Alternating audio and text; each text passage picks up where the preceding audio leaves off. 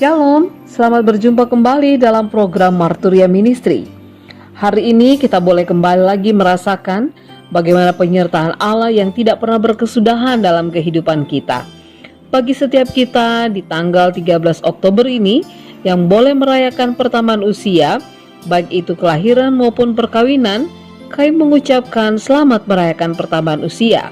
Secara khusus, bagi saudara Roni Samuel Pasaribu, Bapak Hasanuddin Lubis, anak kekasih Sipra Oktaviranti, saudara Brian Ishak Tubalawoni, dan Bapak Israel Tarigan dari Pospel Natar. Kiranya Tuhan Yesus memberkati dan menyempurnakan sukacita. Hari ini firman Tuhan akan menyapa kita kembali. Sebelum kita membaca dan merenungkan firman Tuhan, mari kita berdoa. Tuhan Yesus yang mengasihi kami mengucap syukur untuk firman-Mu yang mau menyapa kami kembali. Tuntunlah kami dengan Roh Kudus-Mu, agar ketika kami membaca kami dapat mengerti, dan melalui pengertian itulah kami dapat melakukan apa yang menjadi kehendak Tuhan dalam hidup beriman kami. Di dalam nama Tuhan Yesus Kristus kami berdoa. Amin. Pembacaan Alkitab kita pada hari ini terambil dari kitab 1 Korintus pasal yang kedua, ayat 9 hingga ayat 16 yang menyatakan, "Tetapi seperti ada tertulis, apa yang tidak pernah dilihat oleh mata dan tidak pernah didengar oleh telinga dan yang tidak pernah timbul di dalam hati manusia, semua yang disediakan Allah untuk mereka yang mengasihi Dia. Karena kepada kita Allah telah menyatakannya oleh Roh, sebab Roh menyelidiki segala sesuatu, bahkan hal-hal yang tersembunyi dalam diri Allah. Siapa gerangan di antara manusia yang tahu apa yang terdapat di dalam diri manusia selain roh manusia sendiri yang ada di dalam dia? Demikian pula lah tidak ada orang yang tahu apa yang terdapat di dalam diri Allah selain roh Allah.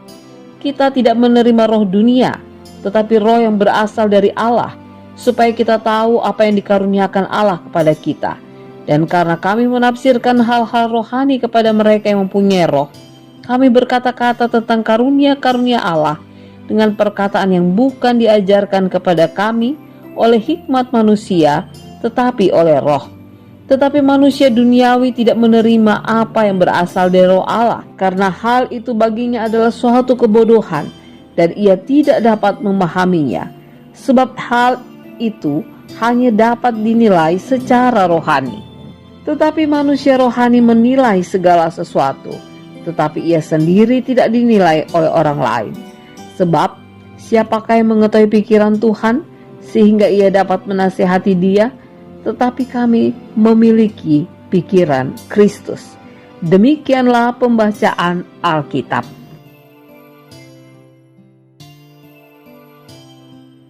Cara Tuhan untuk melakukan karyanya memang sangat sulit untuk ditebak oleh akal kita sebagai manusia. Cara Allah yang hadir melalui diri Yesus sampai saat ini saja tidak semua dapat memahaminya. Namun justru disitulah hal yang luar biasa. Karena pada akhirnya orang bisa memahami bahwa Yesus adalah Tuhan dan Juru Selamat hanya jika Roh Kudus menuntun dan mencerahkan hidupnya. Paulus dalam melakukan pelayanannya juga merasakan bagaimana Allah turut bekerja dalam seluruh hidupnya. Banyak hal yang tidak pernah dipikirkannya, namun ia merasakan bagaimana Allah selalu melakukan pekerjaan-pekerjaan yang luar biasa yang tidak terpikirkan, sehingga tidak heran jika ia mengatakan pada ayatnya yang ke-9, "Apa yang tidak pernah dilihat oleh mata dan tidak pernah didengar oleh telinga dan yang tidak pernah timbul di dalam hati manusia, semua yang disediakan Allah untuk mereka yang mengasihi Dia." Kata kunci yang diakhiri dalam ayat 9 adalah mereka yang mengasihi Dia. Penting kata yang mengasihi Dia, karena orang yang mengasihi Allah adalah orang yang benar-benar memahami bahwa Allah adalah kasih. Oleh karena itu, jangan pernah mengabaikan kasih, karena dengan memaknai kasih, kita bisa memaknai kehidupan yang dipercayakan Allah bagi kita. Saudaraku, tentunya kita menyadari bahwa ketika kita hidup, kita pasti mengalami berbagai situasi dan kondisi yang bisa saja membuat kita berada dalam pergumulan dan tekanan.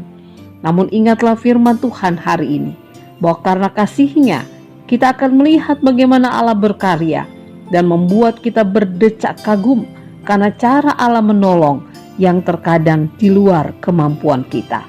Selamat menyaksikan karyanya yang ajaib dan luar biasa, saudaraku. Dan imanilah bahwa Tuhan menyiapkan segala sesuatunya bagi setiap mereka yang mengasihinya. Amin. Bapak Ibu Saudara yang kekasih, mari kita berdoa. Terima kasih Bapa untuk firman-Mu yang sudah menyapa kami kembali. Berkenan kiranya Tuhan memampukan kami dalam tuntunan Roh yang Kudus, agar kami dapat memaknai kehidupan ini dalam kasih, sehingga kami mampu untuk melihat bagaimana karya Allah yang luar biasa, yang ajaib itu menjadi bagian dalam kehidupan kami. Di dalam nama Tuhan kami Yesus Kristus kami berdoa. Amin. Selamat beraktivitas saudaraku, teruslah melayani dan berkarya. Sampai berjumpa lagi di lain waktu. Tuhan Yesus memberkati.